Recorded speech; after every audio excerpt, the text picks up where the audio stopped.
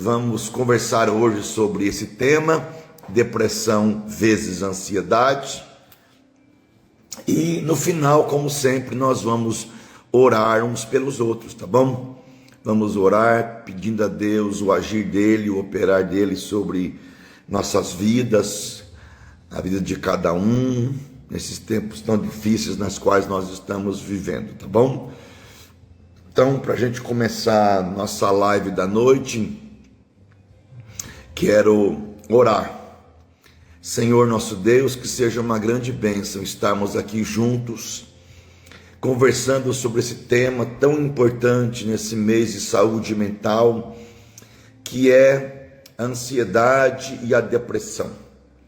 Queremos pedir teu operar, teu agir, abra nossa mente para compreendermos coisas importantes da tua palavra, nos ajude, nos liberte da depressão, nos liberte também da ansiedade, nos dê paz, nos dê graça em nossas vidas.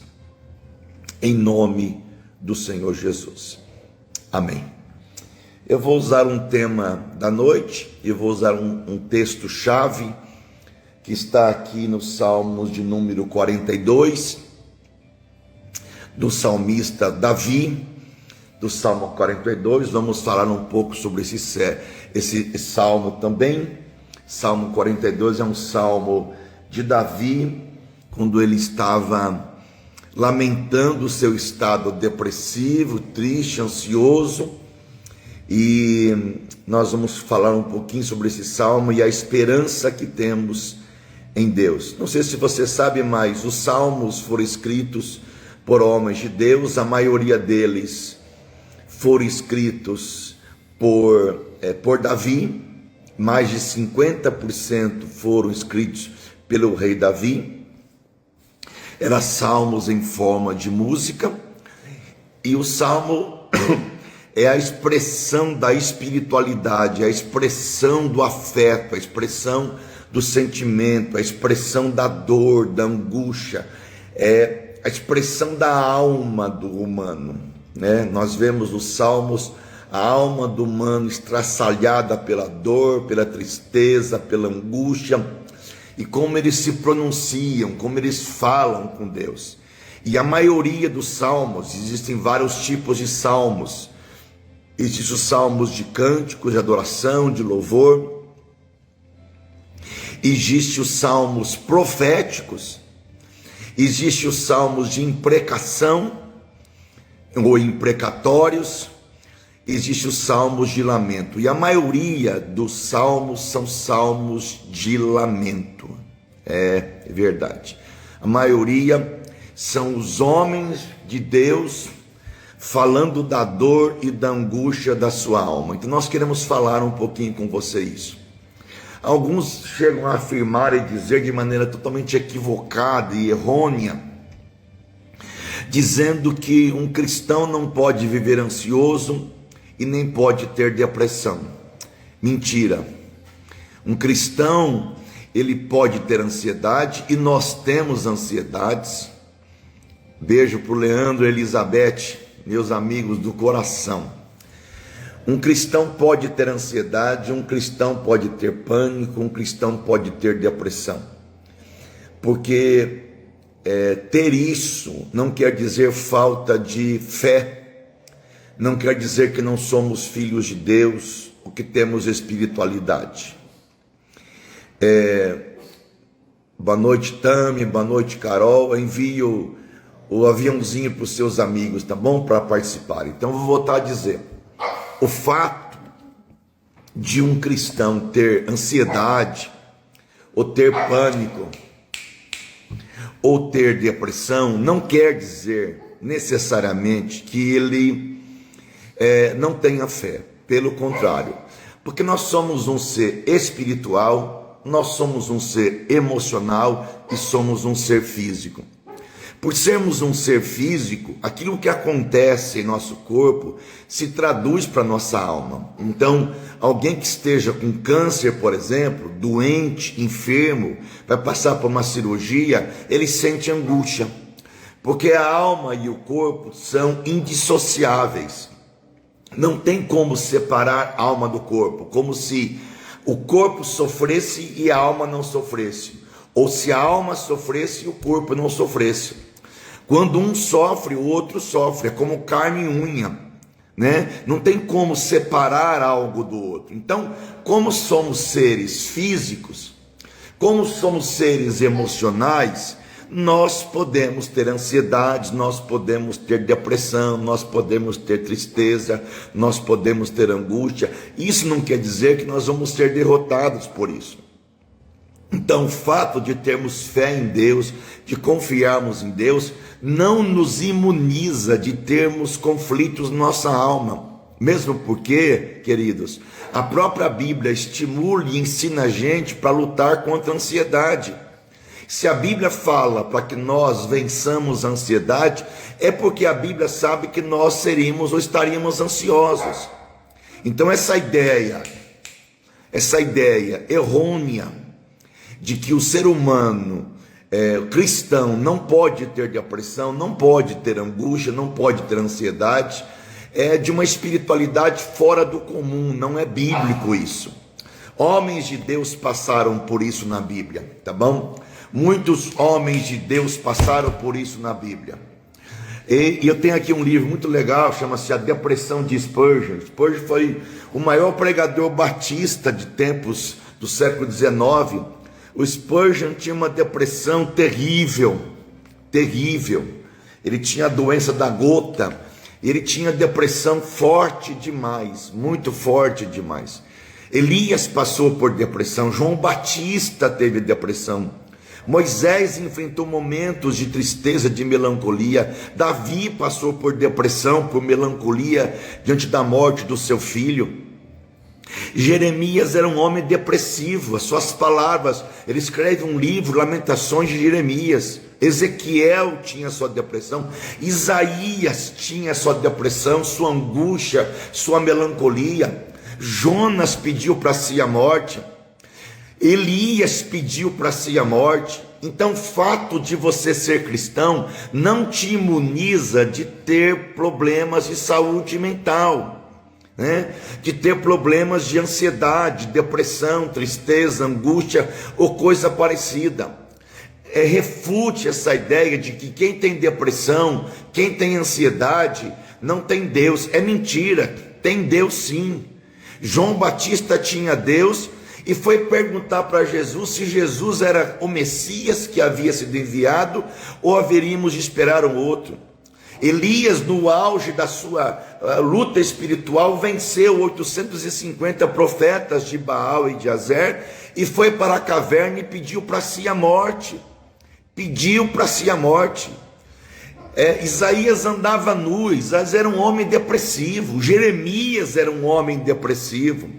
A fala de Jeremias era uma fala de um homem depressivo, cheio de lamentações, de tristezas, de angústia, por causa do pecado do povo, tá? Então, Davi passou por isso, então não tire isso. Os homens de Deus, como falei agora, a depressão de Spurgeon, passaram por dificuldades, por crises, por dores, por angústias. Então isso faz parte do humano. Somos seres humanos físicos, somos seres emocionais e somos seres espirituais. Então vamos pensar aqui com você aqui hoje. Eu criei aqui um paralelo entre depressão e ansiedade. Bom, primeiro temos que notar que há tempos atrás havia um prognóstico de que a depressão seria a doença mais incapacitante do mundo. Bom, o tempo se passou e nós estamos vendo que o que mais hoje atinge o ser humano é a ansiedade, angústia e ansiedade, tá bom? O Brasil é o país campeão em ansiedade. O Brasil é o país mais ansioso do mundo. O Brasil é o país que mais toma ansiolítico, especialmente o Rivotril, clonazepam. É o mais vendido nas farmácias brasileiras, né? Isso acontece de maneira muito forte. A ansiedade e a depressão são prima-irmãs. Elas caminham juntos. Por isso, quando uma pessoa está com muita ansiedade, um transtorno de ansiedade generalizado, que chamamos de TAG, TAG é transtorno de ansiedade generalizado. Oi, Luke, tudo bem, querido? A pessoa que tem muita ansiedade, ela pode estar vivendo também, ou vivenciando o pânico, e vivenciando também a depressão. Os três sintomas estão muito interligados um com o outro. Tanto é que o remédio que se toma para a depressão, muitas vezes é o mesmo remédio que se toma para o pânico. Porque na verdade atua no mesmo sistema. Atua nas sinapses cerebrais, atua no neurotransmissor e neuroreceptor. A diferença é que na depressão, o remédio atua para que na fenda sináptica entre um neurônio e outro, a serotonina não se degrade tão rapidamente. Então ele fica mais tempo na fenda sináptica. O que acontece com a depressão é que o neurotransmissor transmite a serotonina e o neuroreceptor não recapta a serotonina. Então ele degrada, ele cai nessa fenda sináptica entre um neurônio e o outro. Então o antidepressivo faz com que fique mais tempo e que haja uma recaptação da serotonina. Bom, e no ansiolítico? O ansiolítico há um excesso de adrenalina, há um excesso de dopamina no cérebro da pessoa. A informação passa muito rápida. Enquanto na depressão a informação se degrada, se perde, o hormônio serotonina se perde, na ansiedade o hormônio passa muito rapidamente. E o que faz o mesmo remédio? Faz com que esse neurotransmissor e essa informação do hormônio não se degrade ou não fuja, não corra com muita rapidez. Por isso que o ansioso, ele não dorme, ele tem dificuldade de concentração, às vezes tem o TDAH, porque ele tem um cérebro muito agitado, muito ansioso, muito preocupado, muito angustiado. Então os remédios são os mesmos, que atuam de maneira diferente no mesmo sistema, no sistema do neurotransmissor ou neuroreceptor. É um pouco de neurociências, um pouco de compreensão de como funciona o nosso cérebro. Então vamos pensar sobre diferença entre depressão e ansiedade. Vamos pensar aqui. Primeira coisa que tem que pensar de maneira importante: a depressão se caracteriza por um excesso de passado. Abraço ao meu amigo Lima. Logo vou fazer uma live com esse cara que é um tremendo mestre também na área de psicanálise e teologia, A depressão, gente, se caracteriza por um excesso de passado. Geralmente, pessoas depressivas têm uma dificuldade muito grande em lidar com coisas que aconteceram no passado, sejam traumas, sejam abusos físicos, sexuais, verbais, perdas, lutos não elaborados, perda de uma ilusão, da onipotência que se pretendia ter. Tem um livro muito legal do Nácio, que é um psicanalista lacaniano, que fez psicanálise na França, é um argentino, é um livro, o último que ele lançou, chama-se o seguinte: A Depressão é a Perda de uma Ilusão. E nesse livro ele vai dizer e mostrar claramente que a depressão é a perda de uma ilusão, no sentido de que o ser humano tem a ilusão de que ele pode ter o controle sobre tudo. Então ele vai dizer assim, na página 15, sim, o deprimido está triste por ter perdido o que era.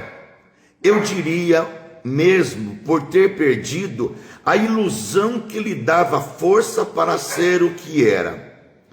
Ele é depressivo, ele tem uma ilusão de ser onipotente, invulnerável à infelicidade. Ele vai dizer aqui muito sobre esse assunto, que o depressivo é alguém, ele vai dizer o seguinte, olha, acho muito legal, é no abuso do sonho, ou melhor, é no abuso do sonho de uma felicidade absoluta.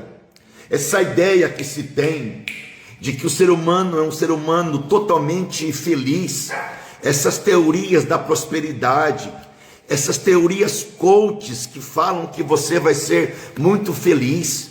Jesus nunca prometeu felicidade, ele prometeu segurança, Ele prometeu proteção, Ele prometeu amparo. Essa felicidade que o mundo propõe, os coaches, as pregações coaches, essa psicologia positiva promove, é mentira. Porque nós vamos ter que lidar com a infelicidade, com os infortúnios, com a traição, com a angústia. Então ele vai dizer o seguinte: é o abuso do sonho de uma felicidade absoluta, ou seja, na embriaguez de que correr atrás de uma ilusão infantil de se tornar um dia um ser perfeito cumulado de amor. E ele continua: e é nessa embriaguez que está a raiz da depressão. E ele conclui e diz o seguinte: ao querer demais o absoluto, encontramos sempre a dor da decepção. O que ele vai dizer com isso? O Nasio vai dizer com isso que quanto mais você acreditar nessa felicidade absoluta, de que você nunca vai ser infeliz, nunca vai ser traído, negado, abusado, você vai sofrer demais. Por quê? Porque a vida propõe traições. Quantas mulheres eu atendi em clínica? Gente, estou falando de alguém aqui, desculpa a sinceridade, modéstia à parte, 35 anos atendendo pessoas, tá? Como pastor e como terapeuta ou psicanalista. Então presta atenção, uma coisa importante: você cria uma ilusão de que as pessoas não vão trair você, vão ser fiéis a você para sempre, não vão negar a você, que as pessoas que você ama não vão morrer, não vão te abandonar, e tudo isso acontece ao contrário. O fato de você ser fiel a alguém, o fato de você ser leal a alguém, casar-se com uma pessoa e dar a vida por essa pessoa, não significa imediatamente, prontamente, que esta pessoa vai ser fiel e leal a você como você é para com ela.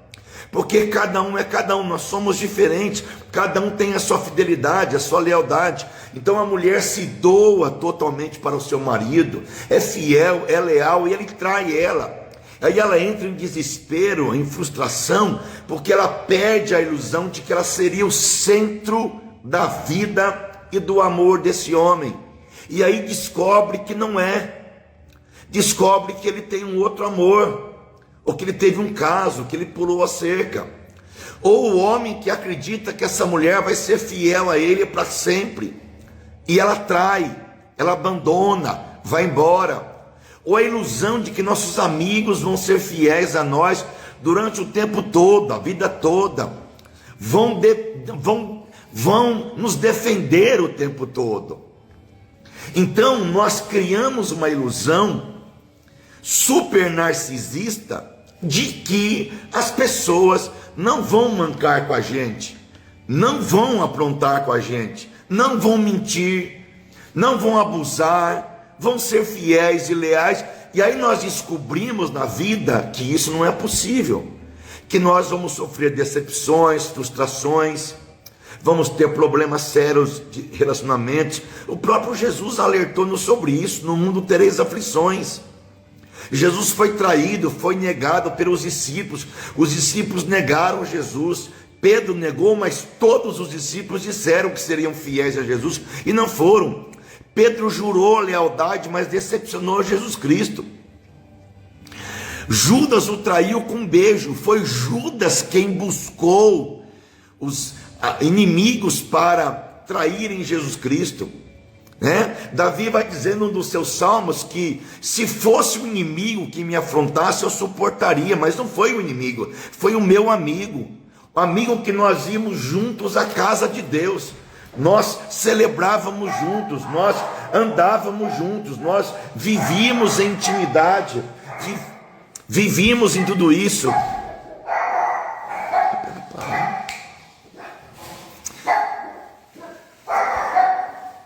Então, queridos, quando nós entendemos isso, coaches são campeões de mandar pacientes para a minha clínica, é verdade, já vi muito isso também da constelação familiar, porque eles prometem uma felicidade, prometem uma coisa que não existe, gente. Só que o ser humano tem uma ilusão de uma felicidade perene, tranquila, perfeita. Não existe isso. Vou dizer para você uma coisa importante: Jesus não prometeu felicidade, Jesus prometeu segurança. Mas quando ele diz bem-aventurado, mas quem são os bem-aventurados? São os fracos, são os pobres de espírito, são os pacificadores. Bem-aventurados é alguém que tem uma jornada feliz na vida. Felicidade é relativa. Felicidade pode estar numa choupana, pode ser sofrer na vida ou morrer por quem se ama. Felicidade pode estar numa casa simples, pobre, singela, mas que tem amor. Felicidade não depende de bem-estar, de dinheiro, de riqueza. Felicidade depende de estarmos bem conosco, com a gente mesmo, com Deus e com os outros. Então, essa ilusão de que todo mundo vai ser perfeito. Outra coisa, a ilusão no evangelho, na igreja evangélica. Nós vamos para a igreja evangélica, vamos encontrar uma família, é verdade, somos uma família. E vamos encontrar pessoas que nos amam de verdade, nem sempre. Vamos encontrar pessoas que não vão trair a gente, nem sempre. Vamos encontrar pessoas fiéis e leais porque são crentes, não é verdadeiro. Na igreja tem gente infiel, desleal, problemática, aflita, né? Como diz meu amigo aqui, o bem-aventurado é aquele que consegue suportar as dores da vida, as adversidades. O bem-aventurado é aquele que consegue viver a vida e superar as dores, entendendo que a sua alegria não está na terra, está no céu. Que não depende do que eu tenho, mas de quem eu tenho. Não depende de quanto eu tenho em minha conta corrente, mas da segurança que Deus nos dá. Por isso Deus manda a gente não colocar nosso sossego, nossa confiança na riqueza, porque Ele nos dá aquilo que nós precisamos para suprir as nossas necessidades. Então essa ilusão de uma igreja perfeita, de um pastor perfeito, de pessoas perfeitas, é totalmente errônea. Como dizia Bonhoeffer no seu livro Discipulado, a melhor coisa que pode acontecer numa igreja é a sensação e é a possibilidade de entendermos que a igreja não é constituída de pessoas perfeitas. Quanto mais rápido nós nos desiludirmos da igreja e das pessoas, melhor vai ser a nossa relação e nossa saúde mental. Vou dizer mais, eu digo isso muito. Um casamento só começa, não é quando o casal se casa no altar, não é quando o casal troca aliança no altar. Um casamento começa quando a ilusão acaba. Que ilusão? Ninguém se casa com a pessoa tal como é, tá? Tem que pensar sobre isso. Ninguém se casa com a pessoa tal como é. Nós casamos com uma pessoa que nós idealizamos. Então, eu idealizo a minha mulher idealiza o seu marido. Nós idealizamos dentro dos aspectos formados, dos modelos que nós tínhamos dos nossos pais. Nós nos casamos com referências paternas e maternas. Bom, ok.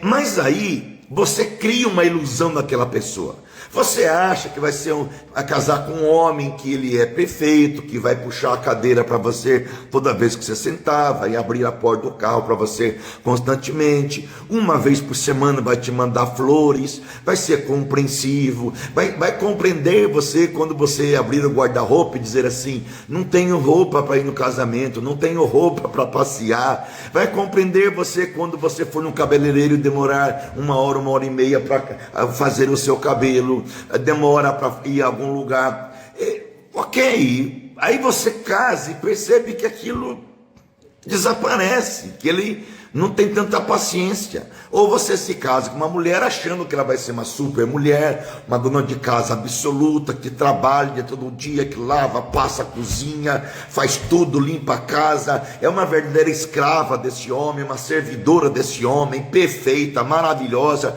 e quando você chega à tarde em casa, ela está vestida, maquiada, produzida, de salto alto, esperando você chegar com uma mesa preparada, o jantar pronto, e não é verdadeiro isso. Porque ela trabalha para fora, tem que ganhar dinheiro, ela tem problemas, dificuldades, nem sempre ela está toda poderosa, empoderada. E aí a ilusão acaba. E quando a ilusão acaba, você tem que começar a conviver não com o ideal que você construiu, mas com o real. Entre o ideal e o real há uma grande diferença, uma grande lacuna, gente. Ó, o ideal é que nós tivéssemos um país sem corrupção, mas qual que é o real? O ideal é que tivéssemos um país sem interferência judiciária no processo político, mas qual que é a realidade? O ideal é que os bandidos ficassem presos, né? E os homens de bem ficassem soltos. Hoje nós vemos ao contrário. Os valores estão invertidos, né? O ideal é que tivéssemos um mundo sem aborto, sem corrupção, sem mentira, sem abuso sexual, mas não acontece isso. Então, quando você vê o ideal, que é aquilo que você gostaria que fosse, e o real, aquilo que é de verdade, há uma grande distância, uma grande diferença. E é nesse ideal e real que muita gente se deprime, gente. Porque tem dificuldade de entrar em contato com a realidade. A depressão se caracteriza por uma perda de um ideal, por uma perda de uma ilusão. Então, quando eu atendo pacientes, atendi muito mais, hoje atendo menos, mas quando atendia pacientes e a pessoa me contava os conflitos familiares, os conflitos pessoais, o conflito na família com os filhos, eu dizia: bem-vindo ao mundo real, bem-vindo à vida tal como ela é, esta é a vida. Eu doei minha vida para o meu marido, ele me traiu. Bem-vindo ao mundo real. Ninguém quer que ninguém traia, mas o mundo real é este mundo, gente.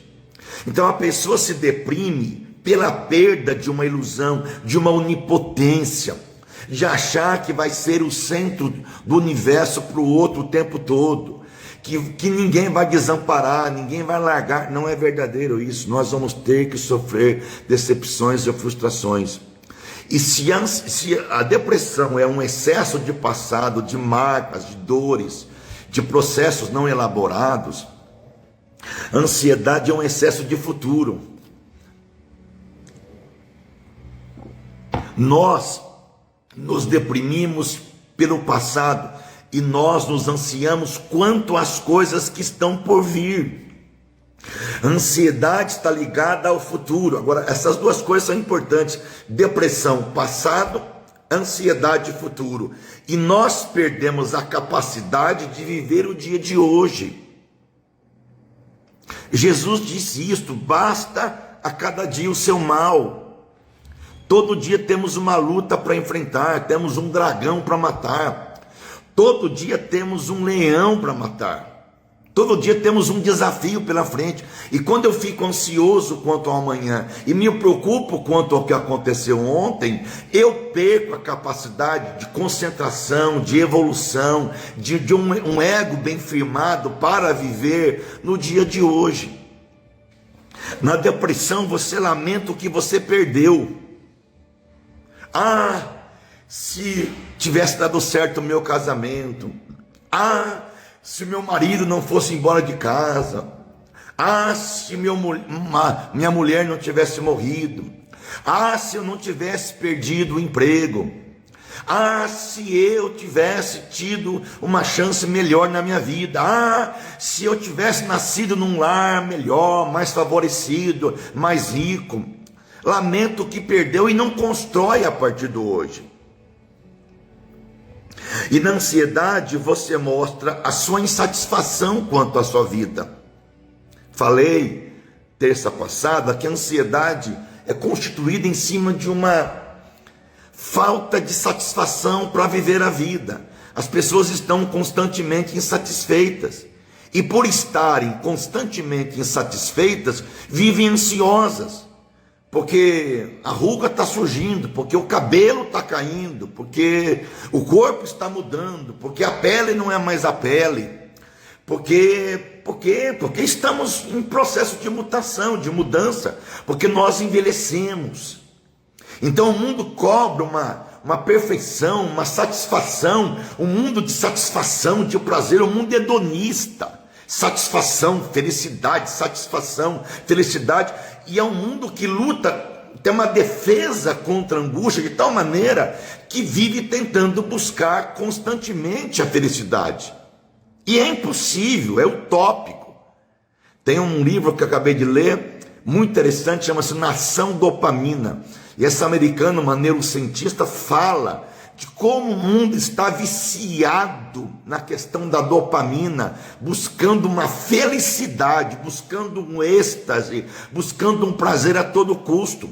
E o mundo está pagando um preço alto por causa de tudo isso, tá? Então, a outra coisa, a depressão é uma perda de uma ilusão, já falamos sobre isso. E a ansiedade é perda do controle sobre a vida. Enquanto depressão, já expliquei no começo, é a perda da ilusão da onipotência, que não tem gente. O bebê nasce e ele acredita, pelo menos até os 6 meses de vida, que ele é tão onipotente que o leite que a mãe fornece para ele, ou o colostro via o seio materno, é dado por ele mesmo, ele produz isso.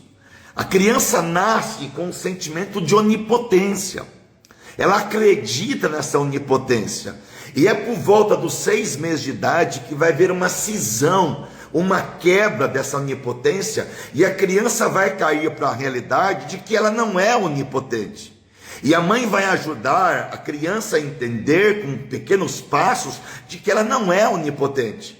É o que a psicanálise vai chamar isso de posição esquizoparanoide para a posição depressiva. É o que Lacan vai chamar de estágio do espelho. É o que Margaret Meyer vai chamar de nascimento psíquico da criança. É o que o Winnicott vai trazer como o olhar fundante do psiquismo da criança através do olhar da mãe.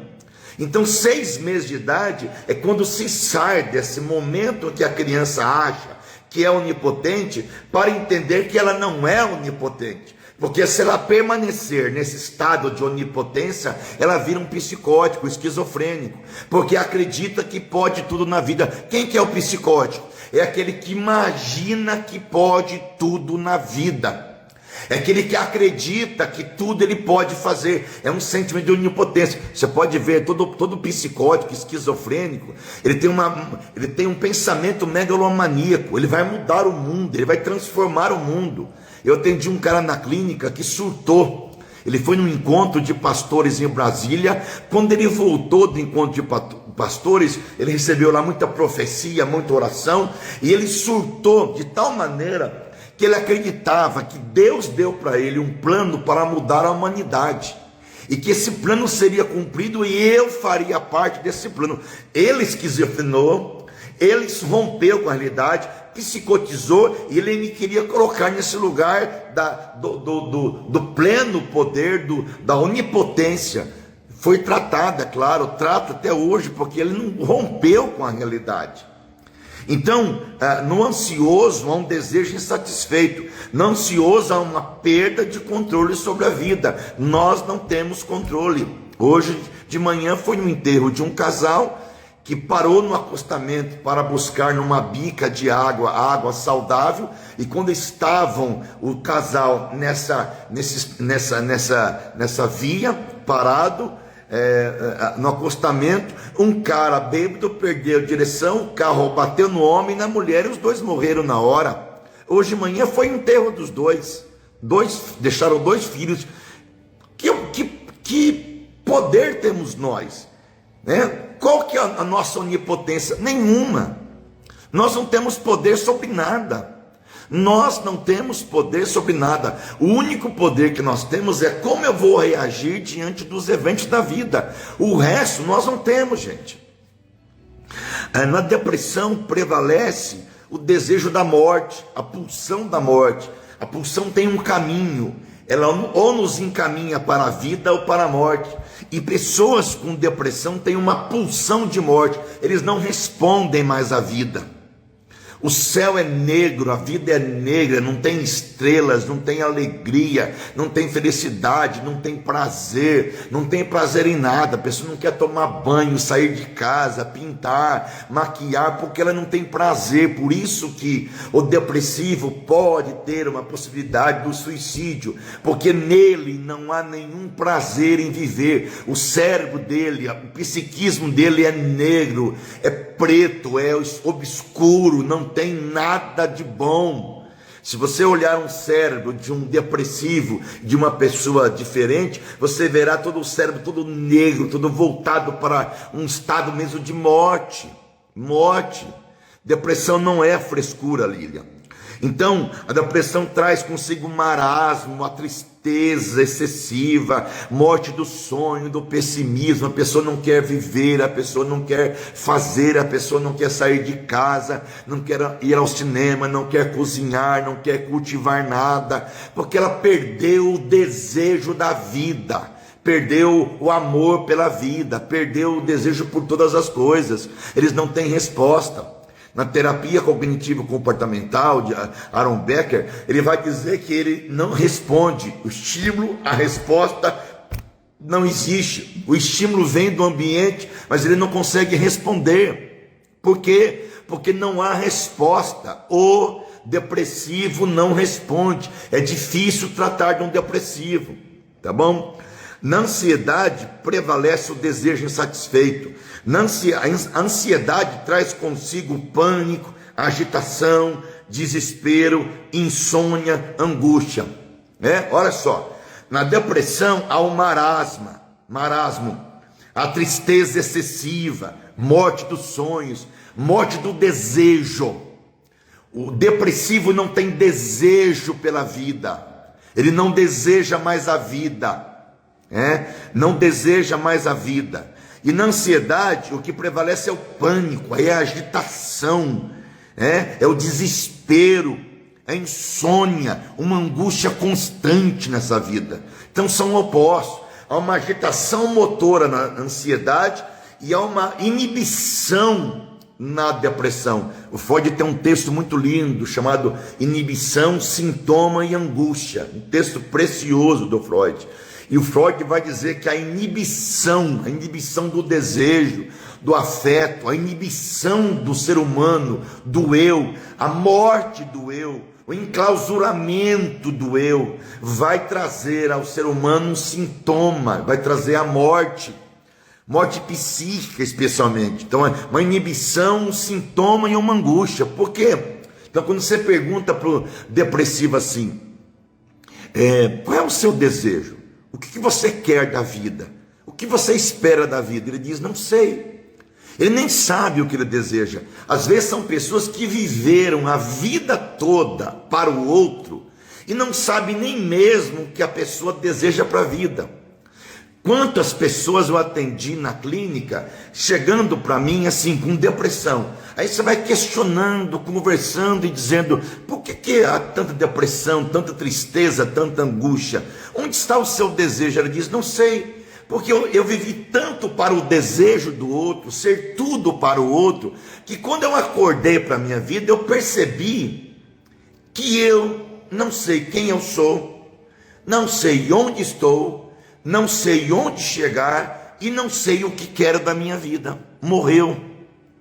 E aí essa pessoa vai trazer para o seu corpo muitas doenças que nós chamamos de psicossomáticas. Doenças no corpo, na coluna, nos nervos, na cabeça, é enxaqueca, é angústia, é tristeza, é dor dos pés à cabeça. Por que essa pessoa tem tanta dor? Porque recusou-se o tempo todo ao seu próprio desejo, que quando se percebeu, estava tão ausente de si, foi tão roubada de si, perdeu-se tão totalmente na vida do outro, porque a vida dela é viver a vida do outro, que quando ela se percebeu, ela não existia mais. É aquela mulher que vive tão somente para o marido arruma uma amante, chifra a mulher e ela entra em pânico. Por quê? Porque os filhos se casaram, ou uma mulher que viveu só para os filhos, ou para o filho, para a filha, ou para o casal, por exemplo. Aí o filho se casa, a filha se casa, fica ela sozinha em casa com o marido que lhe é estranho. E aí ela diz, o que eu faço da minha vida? Ninho vazio, não tenho afeto, morre psicicamente falando, porque nunca investiu na vida, não teve amigas, não tomou um café junto, não saiu, não passeou, não fez academia, não trabalhou para fora. Então é muito sério isso, gente. A depressão não nasce do dia para a noite, gente. Depressão não nasce do dia para a noite. Depressão é um processo que começa no nascimento e cumula na sua vida, no seu momento em que você vive hoje. Por isso que na depressão você analisa a tua história do passado, e na ansiedade você analisa a perspectiva do futuro, querido. Na depressão a serotonina está baixa. Na ansiedade, a dopamina, a adrenalina estão em alta. E aí é o perigo de, por exemplo, AVCs, infarto, colesterol, por causa do cortisol na corrente sanguínea, desse excesso de excitabilidade. Você fica tão excitado demais que as tuas veias por dentro vão se corroendo, não dorme. E uma pessoa que não dorme bem à noite, ela não vai ter uma boa saúde mental. Dormir faz parte para que você tenha uma boa saúde mental. Parece bobagem, mas não. Dormir 6, 7, 8 horas por noite ajuda na configuração da sua saúde mental.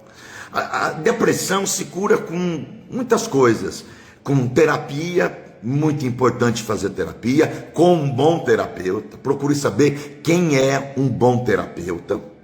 Tem muito terapeuta ruim nos dias de hoje. Tem muita gente deixando de fazer terapia para usar floral de bar, chás. Não ajuda nada. Não ajuda nada. Nem óleos essenciais. Estou com depressão, então eu vou usar um óleo essencial. Estou com depressão, eu vou usar um floral de bar. Não faça isso não, querido. Procure uma terapia, uma boa terapia, na qual você possa falar dos seus traumas, suas dores, suas aflições, suas angústias. Exercício físico ajuda bem. Quanto mais exercício físico você fizer, mais serotonina o teu cérebro vai liberar. Comer banana, especialmente a nanica. A banana nanica é precursor. Aqui o Andréia falando, minha amiga Andréia, fiz terapia 2 anos, foi o que me ajudou. E a Andréia tem uma história de vida muito terrível de vida. A Andréia tem uma história difícil de vida, uma mulher que sofreu desde a sua infância e precisou fazer terapia para poder elaborar o seu passado, Então, a banana, ela é precursora. Ela é precursora da serotonina, porque ela libera no cérebro o triptofano. O triptofano é um hormônio, é um precursor do hormônio da serotonina. Quando se libera no cérebro triptofano, acontece que a serotonina vai ser produzida, produz um melhor bem-estar. Comer uma banana por dia, por exemplo, abacate é importante também. Ovos, Ovos são importantes. Ovo é enriquecedor. Uma boa alimentação é importante demais. E se preciso, buscar um psiquiatra para tomar um bom remédio. Eu só indico tomar remédio quando a pessoa está tratando bem de si mesma, porque a partir do momento que a pessoa entrar num remédio, para sair não é fácil. Mas um bom remédio usado pode ajudar muita pessoa para vencer uma depressão. Pode ajudar muita pessoa, tá bom? Procure isso aí. E a cura da ansiedade, onde está? Está em nós confiarmos em Deus todos os dias. Nós entendemos que Deus é quem sustenta a gente, quem abençoa a gente. É confiar que o nosso futuro está nas mãos de Deus. Um dos salmos preferidos meu é o Salmo 31:15. Amo esse salmo, que diz assim: todos os meus dias estão nas tuas mãos. Outra versão diz: o meu futuro está nas tuas mãos. Então, eu não tenho acesso ao futuro, não tenho, mas Deus está no meu futuro. Isaías 45 vai dizer: eu irei adiante de ti, eu abrirei as portas de bronze, eu despedaçarei os ferrolhos de ferro. Deus está à sua frente, Deus está no seu futuro. Creia nisto, creia nisto. Que maravilha que é isso. Então, a cura da ansiedade está em nós aprendermos a confiar na soberania de Deus e no cuidado de Deus. Na depressão, se faz necessário lidar com o passado. Já falamos desde o começo. Quem entrou agora, ouça desde o começo, que eu explico um pouco mais sobre isso. Livrar-se de culpas. A culpa leva a gente à depressão, gente. A culpa leva a gente à depressão. Devia ter sido uma mãe melhor, devia ter sido um pai melhor, devia ter sido um marido melhor, devia ter sido... Não fui. Ninguém é perfeito. Essa perfeição que se exige, que não pode existir, gente. Fuja de toda terapia, de todo coach, de todo psicólogo ou pastor que prega uma perfeição que não existe, porque eles mesmos não são perfeitos. Eu prefiro alguém que confessa as suas fraquezas do que alguém que arrota santidade. Vou repetir, prefiro uma pessoa que confesse a sua fraqueza. Sou falho, imperfeito, impulsivo, briguento, seja o que for, do que alguém que fica arrotando ética, moral e santidade. Cuidado com quem arrota a santidade, porque por detrás dessa capa, dessa máscara, só existe pecado e perdição. Olha, os fariseus limpavam o exterior do copo, mas por dentro eram sujos. Jesus chamou de sepulcros caiados, limpos por fora, podres por dentro. Como dizia minha mãe, por fora, bela viola, por dentro, pão borolento. É isto. Então, livre-se dessa perfeição. Não caia nessa burrice, nessa bobagem de esperar, de corresponder a um ideal de perfeição que o outro coloca sobre a tua vida. Não faça isso não. Aceite-se perfeito e conviva com alguém que pode entender que você também é imperfeito e a pessoa também é imperfeita. Exigir perfeição é uma desgraça, porque mata qualquer relação. Livre-se de culpas, de projeções que os outros fazem sobre a sua vida. Livre-se dos traumas, abra mão disso, tá? E enquanto na depressão se faz necessário lidar com o passado, com essas culpas, na ansiedade se faz necessário lidar com o dia a dia. É o dia a dia, depositando toda a nossa confiança na soberania divina, no cuidado de Deus. Deus cuida de nós. 1 Pedro 5,8 diz, meu querido, minha querida, lançando sobre ele toda a vossa ansiedade, porque ele tem cuidado de vocês. Falei do salmo que eu ia ler, e o salmo que eu vou ler é o Salmo 42, para nós orarmos e encerrarmos. Davi vai dizer, como a corça anseia pelas correntes das águas, a minha alma anseia por ti, ó Deus. Tenho sede do Deus vivo. Quando poderei entrar na presença dele? De noite e de dia, as lágrimas têm sido meu alimento, enquanto zombam de mim o tempo todo, dizendo, onde está o seu Deus? Meu coração se enche de tristeza. Olha o salmista deprimido. Minhas lágrimas são o meu alimento. Meu coração se enche de tristeza, pois eu me lembro de como eu andava com a multidão de adoradores. Olha, passado, à frente do cortejo. Quer dizer, Davi dizia, no tempo que eu ia com os adoradores, liderando o cortejo para a casa de Deus, ao som de muita festa. Aí Davi vai dizer no versículo número 4, por que você está abatido, a minha alma? Por que você está triste? Por que você se perturba? Espera em Deus, eu ainda o louvarei. Ele é o meu Salvador e o meu Senhor.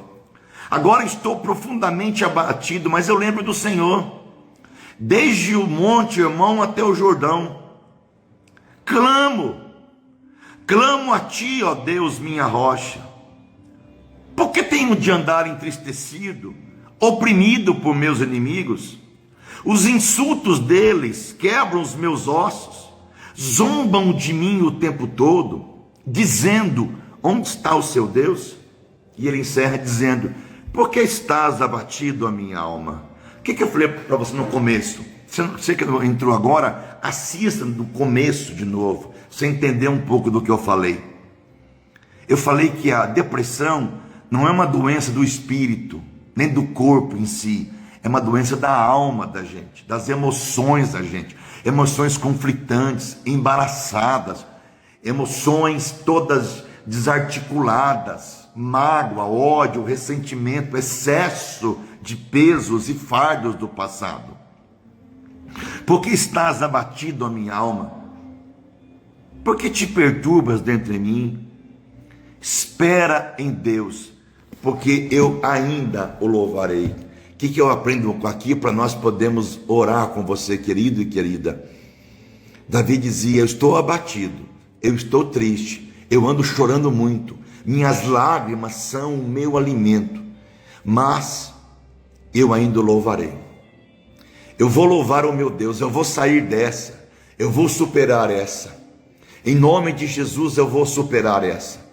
Então, em nome de Jesus, querido e querida, eu quero agora orar por você, para que você diga para você mesmo. A gente precisa, ter um discurso interno com a gente modificado. Eu digo sempre isso.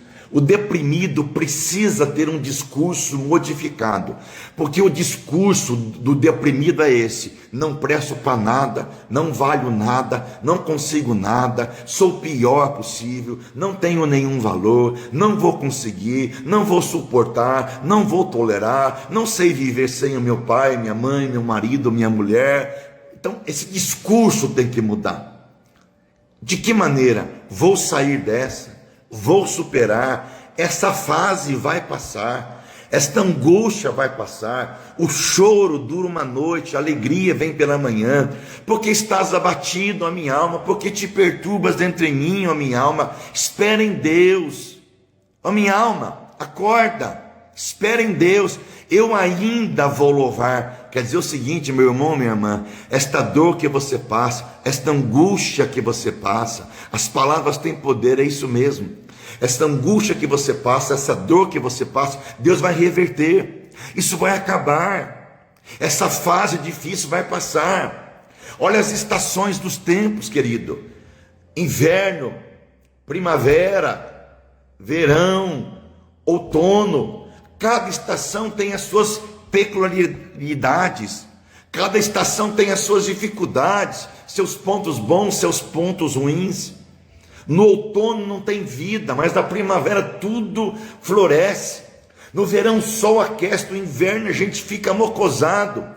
Em nome de Jesus, você precisa mudar o seu discurso interno, dizer para você mesmo, dizer para a sua alma: ó minha alma, espera em Deus, ó minha alma, eu vou sair dessa, ó minha alma, eu vou superar isto. Hoje de manhã fui num velório em que 2 filhos, um rapaz e uma moça, perderam o pai e a mãe ontem num acidente aqui na cidade de Rio Claro, uma tragédia de um acidente. E a moça estava desconsolada, amados, desconsolada pela perda da mãe e a perda do pai. Inclusive a moça era adotada por essa mãe, que tinha muito amor para com ela.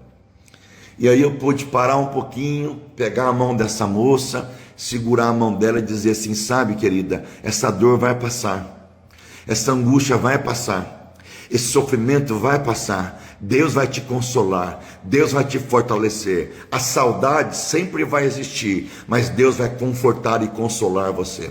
Então, meu amado irmão, minha irmã, há poder na sua palavra. Toda palavra que você profere, ela tem uma ingerência espiritual, no reino espiritual. Nenhuma palavra é jogada fora. A Bíblia diz que todas as palavras que nós falamos, nós vamos dar contas, e pelas nossas palavras seremos condenados ou seremos justificados. Então começa a liberar palavras de cura, de milagre, palavras de graça sobre a sua vida, querido e querida. Começa a dizer: eu vou sair dessa, essa dor vai passar, essa luta vai passar, nós damos jeito para tudo, menos para a morte, a gente vai superar esse momento. Meu bem, calma, você perdeu o emprego, mas Deus vai te abrir uma nova porta. Querida, você perdeu o emprego, mas Deus é soberano. Minha querida, você perdeu seu pai, a sua mãe, mas Deus nos consola, nos conforta, nos fortalece, nos anima. Meu amor, você perdeu seu namorado, mas Deus tem alguém melhor para a sua vida. Claro, deixe falar da sua dor, da sua angústia, mas diga: Deus tem o melhor para a sua vida. O melhor de Deus ainda está por vir. Creia, confia, diga como Davi: espera em Deus, eu vou louvar. Você está passando hoje por uma prova, por um vale de sombra da morte. Mas escuta bem o que diz o salmista: ainda que eu ande pelo vale da sombra e da morte, não temerei, porque tu estás comigo. Ó, que coisa linda. Ainda que eu ande pelo vale da sombra da morte, a Bíblia não diz que eu vou ficar no vale da sombra da morte, mas que eu vou passar. Isaías 45:1 vai dizer: quando passares pelas águas, elas não te submergirão. Quando passares pelo fogo, a chama não arderá em ti. Sabe o que quer dizer isto? Você vai passar por essa inundação, você vai passar por esse incêndio, você vai passar por essa dor, você vai passar por essa luta, você vai passar por essa angústia. O choro dura uma noite, a alegria vem pela manhã. Você vai sair dessa, você vai superar essa. Deus te dará vitória, Deus está à sua frente, o mal vai cessar e Deus vai te galardoar e te recompensar. Portanto, diga isso: ó minha alma, espere em Deus, porque ainda eu louvarei. E eu, querido e querida, profetizo sobre a tua vida que Deus vai te dar vitória.